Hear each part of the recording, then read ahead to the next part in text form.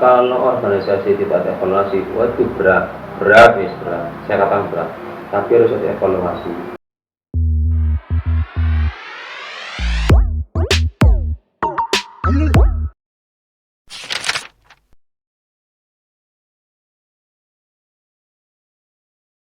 Assalamualaikum warahmatullahi wabarakatuh. Waalaikumsalam warahmatullahi wabarakatuh. Pemirsa podcast info yang diselenggarakan oleh Majelis Ulama Ibnu Quturi yang budiman. Bagaimana kabarnya? Mudah-mudahan masih dalam keadaan sehat walafiat, masih selalu dalam lindungan Allah Subhanahu wa taala. Ketemu lagi kita pada kesempatan kali ini. Pada kesempatan ini kita bertemu narasumber. Beliau adalah rekan Samsul Rizal, di mana beliau adalah salah satu mantan pengurus anak cabang dulu tahun 2000-an. Beliau juga pernah menjabat sebagai ketua pimpinan anak cabang Ibnu di wilayah Quturi. Pemirsa, pada kesempatan kali ini kita akan mengupas tuntas tentang perjalanan kehidupan. Intinya akan terfokus pada perjalanan organisasi maupun perjalanan kehidupan yang lain, sehingga lebih mendekatkan narasumber kepada para pemirsa, khususnya para kader-kader Ibnu yang sampai detik ini masih berproses. Mudah-mudahan semakin bisa memberikan manfaat, semakin memberikan semangat atas apa yang telah beliau capai, bisa dijadikan sebagai tolak ukur. Assalamualaikum warahmatullahi wabarakatuh. Waalaikumsalam warahmatullahi wabarakatuh. Gimana kabarnya? Alhamdulillah sehat walafiat. Puasa lancar? Alhamdulillah lancar saja. Alhamdulillah. Gimana masih kesibukannya masih sibuk dalam arti masih melaksanakan kegiatan keseharian, aktivitas kami, aktivitas saya masih di sekolah. Oke. Pertanyaan pertama Pak Rizal, kita akan memulai dari yang dulu.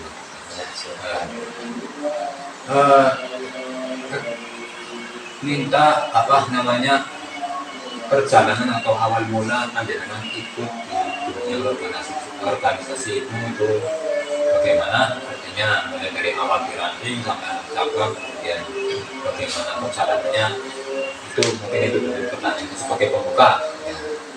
Terima kasih untuk Mas Guno yang hari ini bisa hadir di tempat kami.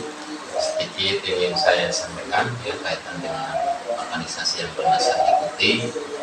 Memang ketika di tahun 2000 itu, sebelum saya masuk ataupun menjadi pimpinan cabang Ibnu itu, saya pernah dilantik walaupun memang tidak lama, hanya mungkin hanya beberapa bulan lah. Kemudian kebetulan pada saat itu saya dihubungi oleh teman-teman yang pernah ikut di anak cabang Quturi. Kebetulan juga saya pada saat itu belum masuk ke sana, ujuk-ujuk saya diajak untuk ikut berorganisasi. Namanya ikut saya mengikuti saja, sebagaimana airlah saya pengen tahu dunia itu di tingkat anak cabang. Nah, kebetulan pada saat itu kumpul, kemudian ada rebukan, obrolan yang intinya saya dikasih amanat untuk supaya menjadi pimpinan cabang di tahun 2000. Kebetulan yang masuk dulu ada apa pada itu juga dengan rekan muda, Sonroni dan teman-teman yang lain lah. Walaupun mungkin ini sejarah yang luar biasa. Kenapa saya katakan sejarah? Karena ketika itu saya buta dalam arti tidak pernah ikut di tingkatan anak cabang. Saya ikut di ranting pun hanya sekedar ikut di ranting biasa sekarang sekedar mengikuti saja dan tidak ikut. Tapi ya nggak tahu ini mungkin sebagai apa ya, amanah yang harus saya lakukan, walaupun sedikit berat bagi saya. Kenapa saya katakan berat? Ya karena saya belum pernah di tingkatan anak cabang, kemudian di kemarin supaya memimpin tingkatan anak cabang. Padahal saya saat itu juga, kalau bahasa Tegal lagi plong-plong ya karena lingak-lingok ya, lingak-lingok. Kenapa seperti itu loh? Cuma saya berpikir, saya insya Allah bisa, karena saya katakan bisa. Di pengurusan bawahan saya itu ada teman-teman yang luar biasa, teman-teman yang sudah ahli dalam organisasi, sementara saya buta dalam organisasi. Tapi dari situ saya mendidik mereka. Saya tahu mereka itu bisa.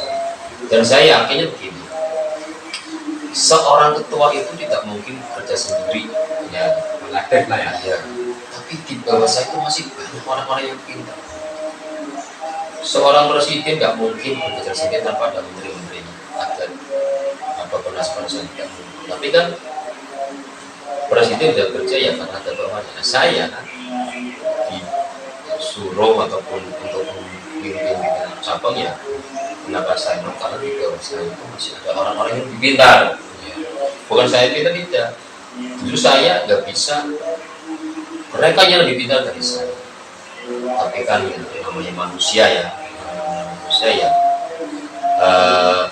harus mencari gimana nih triknya supaya saya bisa mengikuti mereka. Akhirnya di tahun itulah kemudian saya diamanati untuk memimpin Ibnu pimpinan cabang tahun 2000 sampai 2000. Nah, itulah pemirsa luar biasanya narasumber pada kesempatan kali ini, yaitu Mas Samsul Rizal, di mana dengan sedikit pengalamannya di ranting belum tahu dunia ke anak cabangan waktu itu, tapi langsung masuk, sekali masuk langsung jadi ketua. Kan berarti luar biasa sekali. Biasa di luar. Iya, artinya untungnya waktu itu seperti yang tadi Mas Rizal katakan, bahwa orang-orang yang di sampingnya itu ikut mendukung dan bisa memberikan dampak kekompakan yang luar biasa sehingga bisa meneruskan program-program dari anak cabang pada saat itu. Saya juga sendiri ikut membantu lah waktu itu kayaknya. Betul. Terus Pak Rizal, Ya. kemudian apa yang membuat waktu itu panjenengan yakin bahwa ini kan periodenya sampai 2 tahun, sedangkan panjenengan masih ibarat mau sekolah kita asamune saja. Betul. Kenapa Anda bisa berani tampil, berani maju dengan keyakinan apa waktu itu Anda menjalankan organisasi selama 1 periode? Ya, kembali tadi, kenapa saya mau dan yakin? Karena saya kembali tadi di samping saya itu mereka pintar-pintar, orang-orang yang sudah ahli dalam organisasi. Karena sebelum saya itu kan ada urusan Rekan Mustafa kalau salah, ya, kemudian juga Rekan Mustafa itu juga punya teman-teman yang luar biasa, di antaranya panjenengan, Rekan Sumono, kemudian rekan yang lain. Dan dari situlah saya berpikir, mereka itu lebih ahli dibanding saya. Iya. Makanya saya berkeyakinan, masa sih saya tidak bisa. Yang namanya pimpin itu tinggal dulu anak buah, ibarat seperti itu ya. Ibaratnya seperti itu. Walaupun yang namanya ketua ya memang harus selalu tampil. Tapi saya berkeyakinan karena rekan-rekan saya semua itu orang-orang pintar, orang-orang yang ahli dalam organisasi. Makanya saya punya keyakinan saya pasti bisa. Sekalipun ini ibarat saya memimpin organisasi yang belum pernah saya terjun, tapi saya memberanikan diri. Intinya kami pengen saat itu mungkin untuk penyelamatan organisasi yang pada saat itu memang, karena sebelum saya kalau tidak salah ada rekan yang ditunjuk tapi tidak mau, akhirnya saya seperti itu. makanya saya dengan Pak Musawis saya laksanakan, saya lakukan di organisasi Ibnu, terutama Ibnu tingkatan anak cabang. Ya. Satu lagi pertanyaan terkait dengan anak cabangan kepemimpinan panjenengan Pak Guru. Menurut panjenengan, Anda memimpin PAC selama satu periode atau dalam kurun waktu 2 tahun. Ya, Menurut panjenengan pribadi, panjenengan merasa berhasil nggak waktu itu menjalankan program? ya. Kalau secara pribadi saya katakan belum maksimal berhasil. Seperti secara pribadi ya. Tapi secara program yang sudah ditemingkan, sudah dibikin schedule, saya tahu berhasil. Kenapa saya katakan berhasil?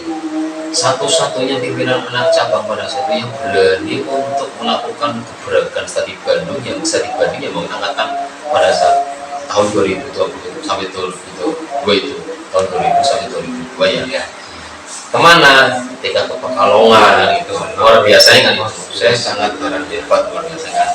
Satu-satunya mungkin saya pikir hanya tahun itu juga. Dan mungkin kesalahan saya kurang, tapi saya selama saya mendengar belum pernah ada, tapi di tahun 2000 sampai 2002 itu hanya kepemimpinan Sewu saya dengan teman-teman pada saat itu bergabung dengan pimpinan anak cabang Tegal Timur ya kan, kita bergabung sana, malah kita kolaborasi, kemudian kita berangkat menuju ke Palembang. Ini mengapa saya katakan berhasil secara program? Iya, secara program itu berhasil, tapi bagi kembali lagi ke saya ya mungkin saya mungkin masih ada yang kurang, karena manusia pasti ya nggak mudah sempurna kan ya. Apalagi organisasi yang seperti itu pasti ada hal-hal yang kurang ya, wajar lah.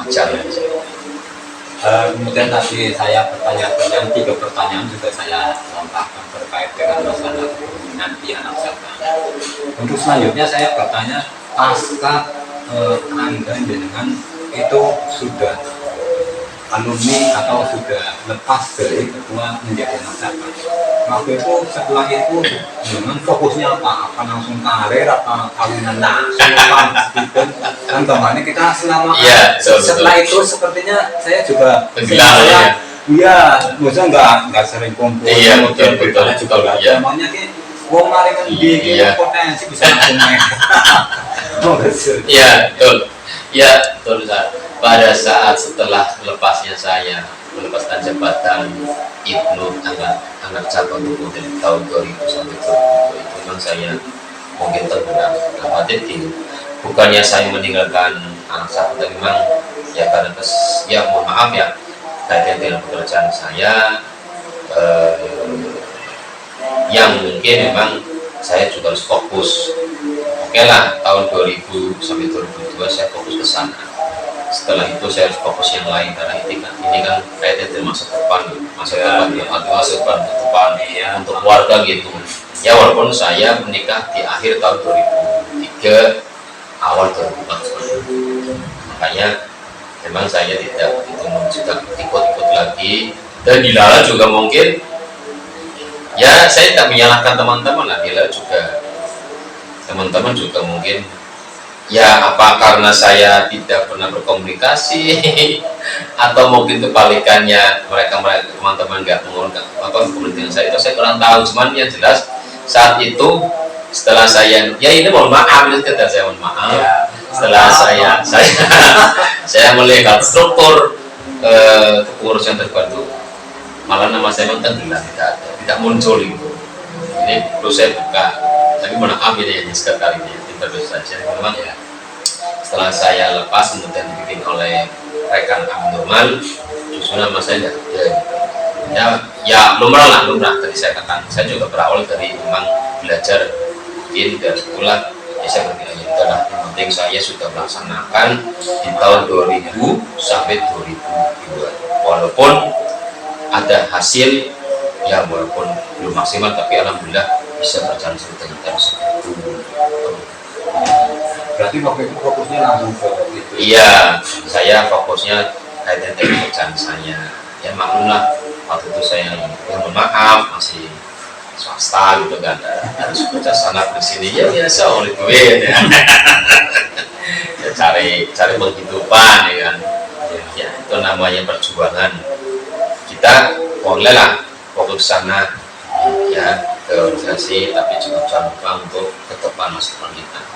Kemudian gini, rekan sebelum, memang di saat itu juga saya pernah berkecimpung dengan yang lain.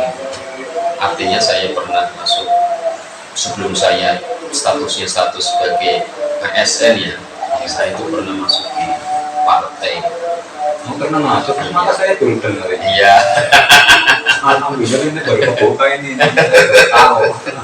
Gimana Ya, ceritanya? ya gini, ceritanya gini. Karena saat itu memang ya kebetulan, mohon maaf ini kebetulan, bapak saya juga pernah duduk di tingkatan kabupaten ya sebagai perwakilan anggota dewan. Kemudian saya ikut ke sana, pengen coba-coba kan ya, bisa terus bisa tidak. Nah, saya mencoba ke sana, ternyata saya diamanai sebagai sekretaris juga pimpinan cabang Partai Kebangkitan Bangsa gitu, dengan sekretaris itu. Nah, di situ saya ikut, cuman memang ketika saat itu saya sudah masuk ke sana, saya diomongi orang tua saya, bilang begini, Rizal, wis kono rosah nang partai, gak usah di partai. Yes, bisa nih. Saya, kenapa? Tolong, kamu fokus di NU saja. Partai gak usah. Kamu saya ikut partai-partai, cuma kamu suka fokus di NU, usahakan enak, berkah. Ya walaupun itu kan kami suka partai NU ya, cuma kan karena ini amanat orang tua ya otomatis seketika itu ya dilebah. Saya kan melihat dilebah. Saya mengikuti apa anjuran orang tua. Seketika itu juga orang tua saya ambil waktu itu Dewan Suruhnya diajak kita asis ya. Sampai ke sana disampaikan bahwa anak saya kesana ini tidak usah dicantumkan sebagai pengurus tingkatan anak cabang Partai Kebangkitan Bangsa. Akhirnya saya melepaskan diri, tidak aktif di partai. Akhirnya saya fokus di tingkatan NU dan itu juga ya ikut-ikut pengajian biasa. Iya, Karena rantingan ada yang NU saat itu kalau nggak salah dipimpin oleh almarhum Ustaz mana kalau nggak salah. Cuman saya ikut pengajian istimewa, kata berangkat kata tidak, seperti itulah mengalir. Gitu. Menarik sekali ternyata setelah kita ulik lebih dalam tentang perjalanan dari Pak Rizal ini, ada pernah juga dia masuk di jajaran pengurus ya PKB di tingkatan anak cabang, tapi walaupun itu hanya sebentar, tapi paling tidak memang namanya pernah tersambung ya. Kemudian Pak Rizal, kehidupan yang sekarang itu seperti apa, kegiatannya apa? Ya tahu, jadi kalau mau ini hari Senin itu sekarang jadi apa? Jadi orang. Iya, rumahnya di mana? Pokoknya bojo kira. Iya. Jadi gini, untuk teman-teman, rekan-rekan yang ada di luar sana, yang mungkin saya boleh mengatakan apa ya? Mau mengatakan junior ya kayak kurang pas apa enaknya. Ya generasi aja ya, generasi yang akan datang ataupun sekarang, kita jangan malu ketika kita ikut dalam sebuah organisasi atau ulama. Yang penting levelnya nahdlatul ulama. Kita nggak usah malu. Yang penting kita fokus, kita untuk berkhidmat ke sana. Insya Allah pasti akan ada hasilnya. Insya Allah pasti akan ada hasilnya. Karena tadi saya katakan dari awal bahwa sebagaimana amanat dari orang tua, sudahlah kamu fokus di NU saja. Ya seperti inilah hasilnya, alhamdulillah. Setelah itu saya fokus di dunia pendidikan sampai hari ini, sampai begini ya, saya sebagai pengajar di SMP Negeri Kota Tegal.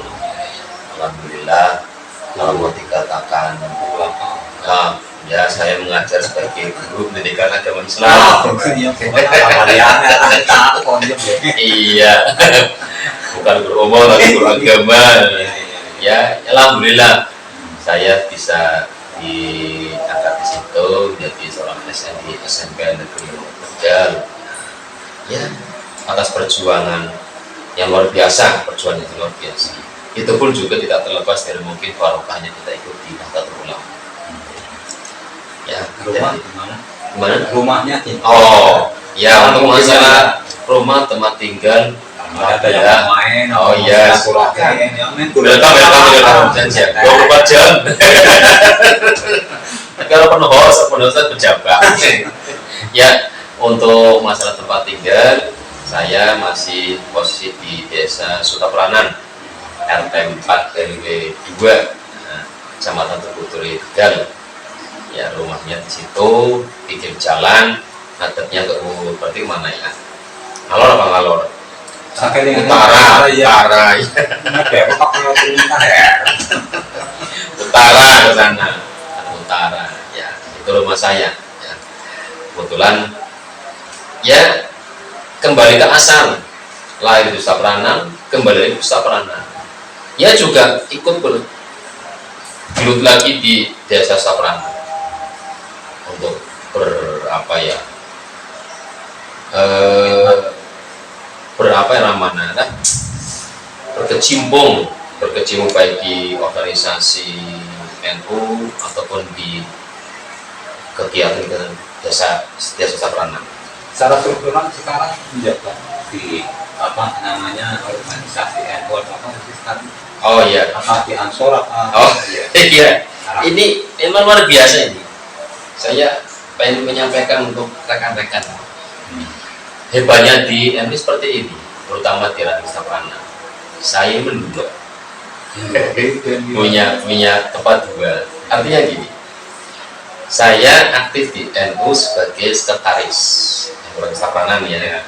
Saya selaku sekretaris Sekarang ya? Ya, sampai hari ini saya masih dikasih amanat untuk menjadi sekretaris NU Ranting Desa Sutapranan, dan tanfidianya adalah Al-Mukarram Al-Ustadz Ahmad Kulinuha bin Jaji Muhammad ya. Dia luar biasa. Suriahnya Al-Ustadz Ali Makmuri, kemudian mukadibnya Al-Ustadz Ahmad Sirojul. Alhamdulillah sampai detik ini kami masih ya berkomunikasi dengan baik, dan alhamdulillah hasilnya juga luar biasa. Kalau di Ansor saya juga diberi amanah. Makanya saya katakan dua. Ya saya seperti itu sih ya. Saya di Ansor megang untuk bendahara dua yang saya megangnya. Karena ini amanah ya saya laksanakan semampu saya dan sebisa saya. Ya, karena kalau tidak saya laksanakan nanti saya berarti lepas tanggung jawab dan enggak dikatakan nanti saya tidak mampu tidak mampu ketika kita dikasih amanat oleh Allah ya kita lakukan. Oh, ya perlu dicontohin ya. Ya artinya gini, karena kita kalau memang sudah mampu, kenapa harus kita nolak? Ayo lakukan sebisanya. Itu amanat, bahasa seperti itu ya, itu amanat itu ya. Amanat kita laksanakan, yang penting sesuai dengan koridor yang ada, sesuai dengan aturan yang ada, jangan sampai macam-macam. Jadi kita bisa memposisikan seperti saya ini. Ketika saya di NU ya saya sebagai sekretaris NU seperti itu. Ketika saya di Ansor ya saya sebagai orang Ansor, sebagai bendahara Ansor. Artinya saya bisa mengambil sikap di mana teman saya gitu ya. Ketika saya di NU ya saya sebagai orang pengurus NU, ketika saya di NU saya sebagai pengurus Ansor. Jadi biar tidak tumpang tindih. Kalau misalkan ya alhamdulillah di ranting ini luar biasa. Ada pertemuan setiap setengah tahun sekali untuk komunikasi dengan partner yang ada, baik dari Muslimat, Fatayat, Ansor, Ibnu, dan PPNU. Kita kan bareng. Hebatnya NU Desa Sutapranan. Enggak, itu apa saya potong maaf. Ya. Dulu kan ranting Sutapranan zamannya saya dulu cuman nggak ada kafe. Ya. Kemudian setelah itu tenggelam. Iya betul.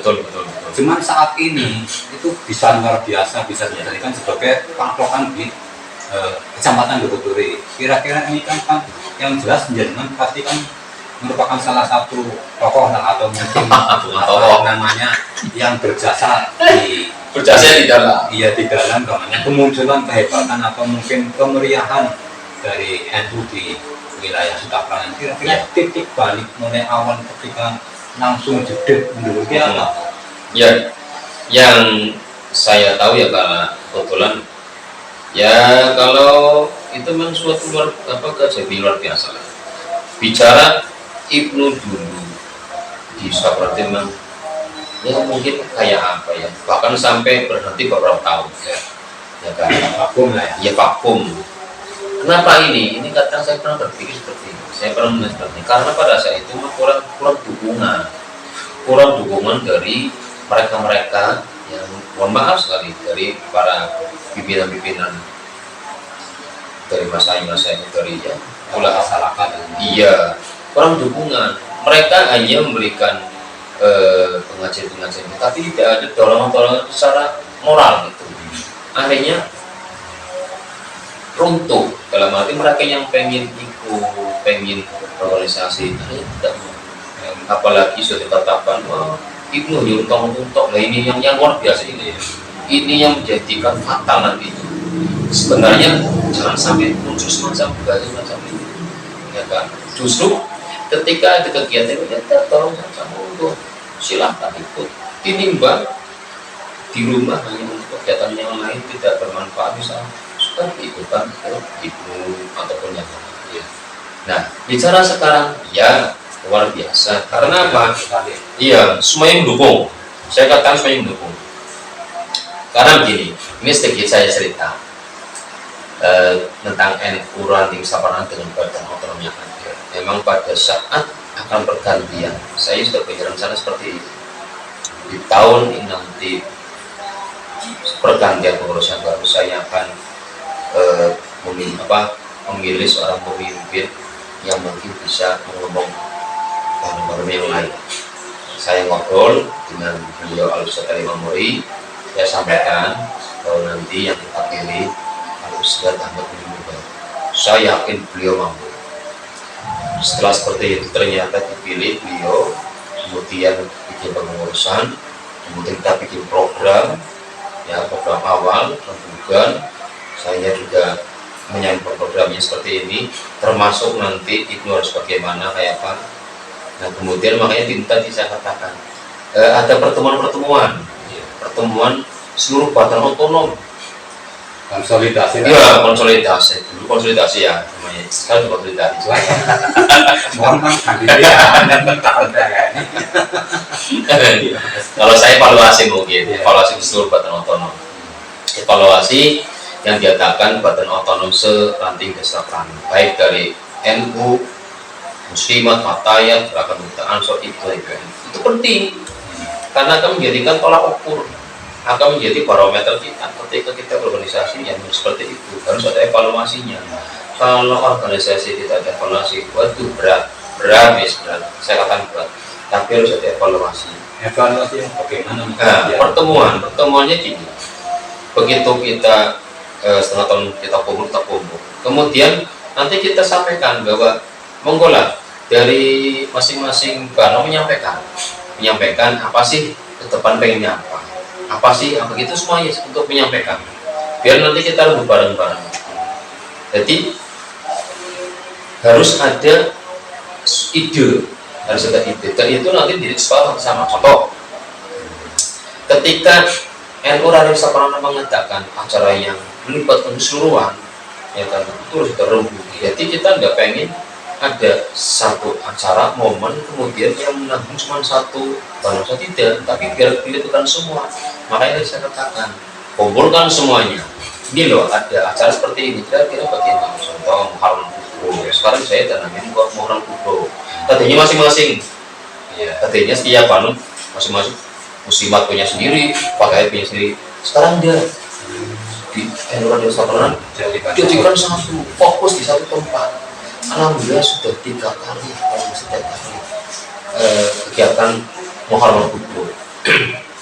Alhamdulillah luar biasa, antusias. Mereka yang ada di Banom sedesa sangat antusias, ya, karena ini merupakan gebrakan yang luar biasa. Jadi pernah kami lihat, ternyata Banom yang ada di Ranting Sutaplana kompak sekali. Makanya sampai begini pun semuanya kompak dan masing-masing punya tanggung jawab masing-masing. Ya di Ibnu ada pembinanya. Ya walaupun saya pribadi tidak masuk sana, saya tidak masuk sebagai pembina Ibnu, walaupun saya alumnus Ibnu, tapi saya tidak termasuk dalam pembina Ibnu Radita. Tidak, ada tanggung jawab masing-masing. Alhamdulillah dengan pembina-pembina yang sekarang Ibnu bisa berjalan dengan baik. Kemudian Anson juga bisa berjalan begitu hebatnya, anggotanya juga sampai 70 yang luar biasa. Fatahnya wah melalui satu syakatan yang sama. Fatah muslimah juga banyak. Itulah yang mungkin karena ada kerjasama yang baik. Kesimpulannya awal mulanya mungkin dari pemilihan kepemimpinan dulu ya. Iya, betul. Terus kemudian dari masing-masing bangun juga punya etikat yang sama untuk Iya. membangun masing-masing kan untuk desa Sukaprana. Mungkin ini ada hampir mendekati waktu akhir. Pak Rizal ini kembali lagi ke itunya. Dari sekian perjalanan dari awal sampai sekarang dengan sudah melampaui menjadi faktor atau ada lonjakan, ada trigger, pasti ada sedikit apa namanya pelajaran atau mungkin katakanlah artinya adakah manfaat ketika panjenengan mengikuti ilmu dulu yang sampai hari ini masih bisa apa namanya ya, bisa Anda rasakan kemudian Anda masih bisa berkhidmat di lingkungan Iya, jelas ada. Ya, jelas ada, dan itu memang sangat luar biasa. Artinya gini, dengan kita berorganisasi, ketika saya ikut di Ibnu Tengah Cabang, yang mungkin dulu saya agak jadi orang agak minderan, minder dalam arti, kenapa saya kata minder? Karena saya nggak bisa ngomong. tapi kan yang wajar mendukung mau tapi kayak penting. Tapi ya kan seperti itulah, kita belajar dari, mungkin saya katakan saya belajar dari nol lah, dari nol. Tapi tadi saya katakan saya mengambil ilmu dari teman-teman saya, gimana sih cara kita ngomong, bagaimana cara bagaimana kita berdebat dengan orang depannya. Kita belajar sedikit-sedikit, dari situ timbullah percaya diri pada diri saya, bagaimana ketika kita berusaha dengan orang. Ya, yang penting ini kita harus mampu dan kita harus mau dan kita harus mampu. Kalau kita mau, kemudian nggak mau percuma. Orang sudah mau harus mampu, ya kan? Kalau nggak mampu ya, amin. Kalau sudah mau, ya harus mampu berarti, ya kan? Jadi saya hanya apa ya? Kenapa bisa seperti ini?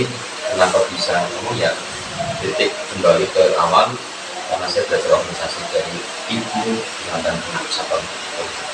Luar biasa sekali. Terakhir Pak Rizal, sampai detik ini kira-kira apa yang menjadi prinsip panjenengan ketika masih berorganisasi atau trik-trik atau tip apa saja ketika panjenengan masih semangat loh, masih bisa membangun, masih bisa mengkaderisasi dari mulai itu atau bahan yang lain, sehingga untuk apa ya, untuk contoh para pemirsa barangkali yang masih malas-malasan, walaupun itu kan posisinya alumni tapi nggak mau terjun lagi ke dunia organisasi di desanya, mungkin bisa dijadikan apa namanya untuk acuan bagi pemirsa yang Ya, kalau prinsip ini, kita jangan malu untuk organisasi, kita jangan malu untuk ikut dalam NU, karena NU ke depan tahun 2020. Untuk teman-teman generasi sekarang,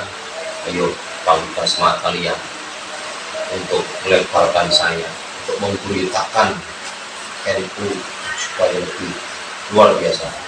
Kita ingat bahwa saat sekarang lagi rame-ramenya bahwa NU lebih goncang dan terus. Makanya ayo semangat, bangkit, jangan takut. Dalam arti kalian bisa, kalian mampu, ayo berkoordinasi dengan baik. Hanya pesan saya, kalau organisasi jangan semangat dan kegiatan jamiah itu saja. kalau manajemen organisasi disamakan jamiahan nantinya merusak organisasi jamiah jangan. Makanya yang sudah ikut organisasi di IPNU silakan manajemen yang baik, kerja yang baik, sebagaimana motonya ya, apa motonya guys? Berjuang, belajar berjuang bertakwa ya. Belajar berjuang bertakwa. Kita belajar, kita berjuang, jangan lupa kita bertakwa. Sekali lagi, jangan malu kita berorganisasi, jangan malu kita menjadi orang NU, jangan malu kita untuk berbuat sesuatu yang baik. Oke, terima kasih, luar biasa sekali. Mudah-mudahan apa yang telah diceritakan tadi, apa yang telah dikisahkan tadi mulai dari awal sampai akhir, walaupun saya yakin terus terang saja masih banyak sekali artinya hal-hal yang belum terungkap, tapi mudah-mudahan untuk episode-episode yang sebelumnya barangkali nanti ada part 2, artinya apa namanya bagian kedua untuk wawancara Pak Rizal. Mungkin kesempatan mungkin insya Allah mungkin ada, tapi sementara itu dulu mudah-mudahan bisa bermanfaat bagi para pemirsa podcast itu di wilayah Bukit khususnya, dan untuk semua pemirsa yang sempat menyaksikan acara podcast ini. Jangan lupa subscribe. Mungkin itu saja. Terima kasih. Assalamualaikum warahmatullahi wabarakatuh. Waalaikumsalam warahmatullahi wabarakatuh. Sukses.